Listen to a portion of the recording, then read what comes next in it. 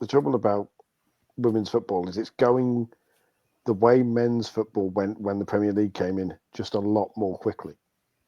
The rich are getting richer, and the money men and women are coming in, and like you say, the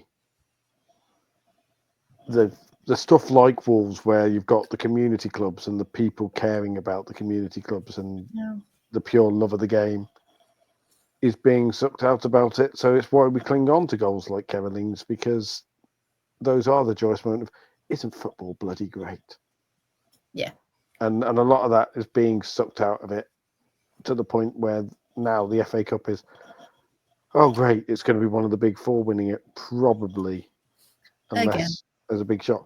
But speaking of that, unlike the DFB Pokal, the German Cup, where it will have a new winner in the final for the first time since 2017. Wow. Okay. Because Wolfsburg are out at quarter-final stage. Yeah, we spoke about that on the very first couple of minutes. I don't know if you there for that, Paul? We talked about it. No, I was late, and Emma. I managed to get away without Emma telling me afterwards. Yeah, yeah. Because I was saying, incidentally, I just turned on the Bayern match against Frankfurt, and they were winning until the 90th minute when Bayern equalised. And yeah, but that's exciting though. Like it's something new, it's something fresh that keeps it interesting. You know, I don't want to see Man City play Chelsea 4 times and then play them in the FA Cup final as well. I want to see Sunderland beat Man United. I want to see Villa go through. I want the stories of, these are two teams who have their chance to win the FA Cup for the first time, rather than, oh, this is the one that they don't care about because they want to win the Champions League. Because you just feel like it means more. I mean, I know Chelsea fans in the chat, obviously you want to win the trophies and you want to, go the whole way. But you just think, if you're in the same tournaments again and again and again, does some of the magic decrease because you're in them so much? And it's just like another final. Whereas other teams that don't get there very often, it just means so much more. And I know football doesn't work like that, but it would just be... Look what he did for Spurs last season as well. Yeah, he had Robert Villaham. Was he at a fan event, wasn't he, at Wembley during the morning of the final and things like that? And I was so gutted that Tottenham didn't do it. But that's the kind of thing you want, isn't it? A bit more about different teams in the finals, different teams in the semi-finals. Yeah, rising to the occasion. Absolutely. Yeah, exactly. And then just having giving their fans the chance to kind of dream about it. And I know I'd say with the 4 games, just play it once, winner takes all. Just play one game. Best of one.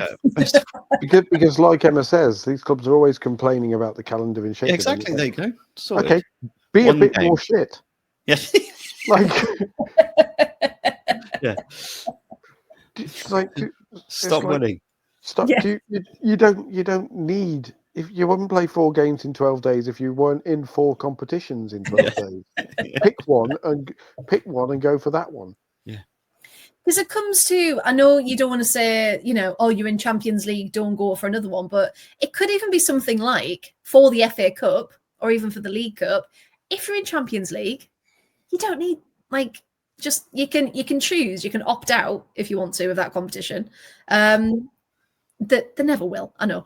But, if it's an option, for those clubs who are so congested, it just, because something has to be done. I don't know what, but they're for the, people who get paid a lot more than we do. But you just think something's got to give. Because again, for them, for the players playing each other 4 times, how do you get it to be exciting and interesting? And it's like, oh, them again. Right, it's okay. People don't care. Well, they do, but it's only the media who really cares and really gets excited about the big games after a certain point. And the great thing about those big games is they used to be, the Merseyside derby is twice a season, or maybe 3 times a season, if the 2 teams get drawn together. They're events each time. Chelsea playing Manchester City or Arsenal is not an event now. No. It's that's going to be a good game, but it's okay. If it's not that good, there's another one along in 2 weeks. Yeah, if we don't win this one, it's all right. There's another one. And it's hard because as professional footballers as well, obviously you want to give your all, but they can't keep playing the same starting 11, same tactics, same this, same that. You know, I mean, they might shake it up a bit. Who knows? It's like Emma says as well. With don't make it a choice. If you're in the Champions League, you're out because the For Gretchen Wieners. Bye. the League Cup. The League Cup is silly anyway, and it's devalued because the big teams only have to play 3 games to win it. That's a pre-season tournament. Yeah, you know, it's just by more those standards. And if you think all the lower ones who've got to come from like first round proper, like qualifying rounds, yeah. And just think all of those games to get through who don't have the squad depth, who don't have the team to do it. Winning the 3 games is because the WSL teams, the other WSL teams have to play their fixture congestion with the group games, and people will say, "Oh, it devalues the competition if you don't have to beat Chelsea or Arsenal or whatever else on the way through." Most of the time, you don't in a cup. It's a random draw. Yeah. Manchester United are through to the quarterfinals of the FA Cup without really playing a team who could possibly have given them any sort of test, and they'll still give it stacks about we're in the quarterfinals of the FA Cup. Like, yeah, but you didn't really do anything, did you, to get there? Yeah, because I suppose because it is so mixed now. So unless they do a proper, I don't know, but then it would be seeded, and then it would be just a different way. Because again, we're going to talk about the draw when we finish these next couple of matches. But it feels like again all the big teams aren't against each other, so we're not going to have anyone new into that. But we'll keep that. We'll keep that for next.